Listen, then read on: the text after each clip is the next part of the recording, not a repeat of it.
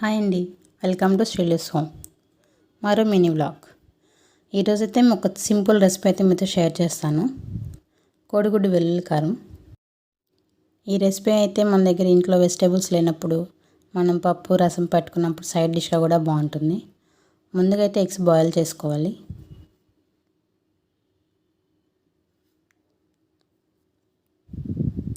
తర్వాత ఒక ప్యాన్ తీసుకొని కొద్దిగా ఆవాలు, జీలకర్ర, మినపప్పు, పచ్చెనగపప్పు వేసుకొని 2 పెద్ద సైజు ఉల్లిపాయలు తరుక్కొని వేసుకోవాలి. తర్వాత ఒక మిక్సీ జార్లో కొద్దిగా కారం, వెల్లుల్లిపాయలు, జీలకర్ర వేసి మిక్సీ పట్టుకోవాలండి. ఉల్లిపాయలు వేగిన తర్వాత మనం ముందుగా దంచి పెట్టుకున్న కారం అయితే వేసి ఒక 2 మినిట్స్ ఫ్రై చేసుకోవాలి. సాల్ట్ అడ్జస్ట్ చేసుకొని బాయిల్ చేసుకున్న ఎగ్స్ అయితే వేసి మొత్తం కలిసే వరకు కలుపుకోవాలి. లాస్ట్లో కొద్దిగా కొత్తిమీర, కరివేపాకు వేసి కలుపుకుంటే చాలా సింపుల్ రెసిపీ అండి, చాలా బాగుంటుంది. మీరు ట్రై చేసి ఎలా ఉందో కామెంట్ చేయండి.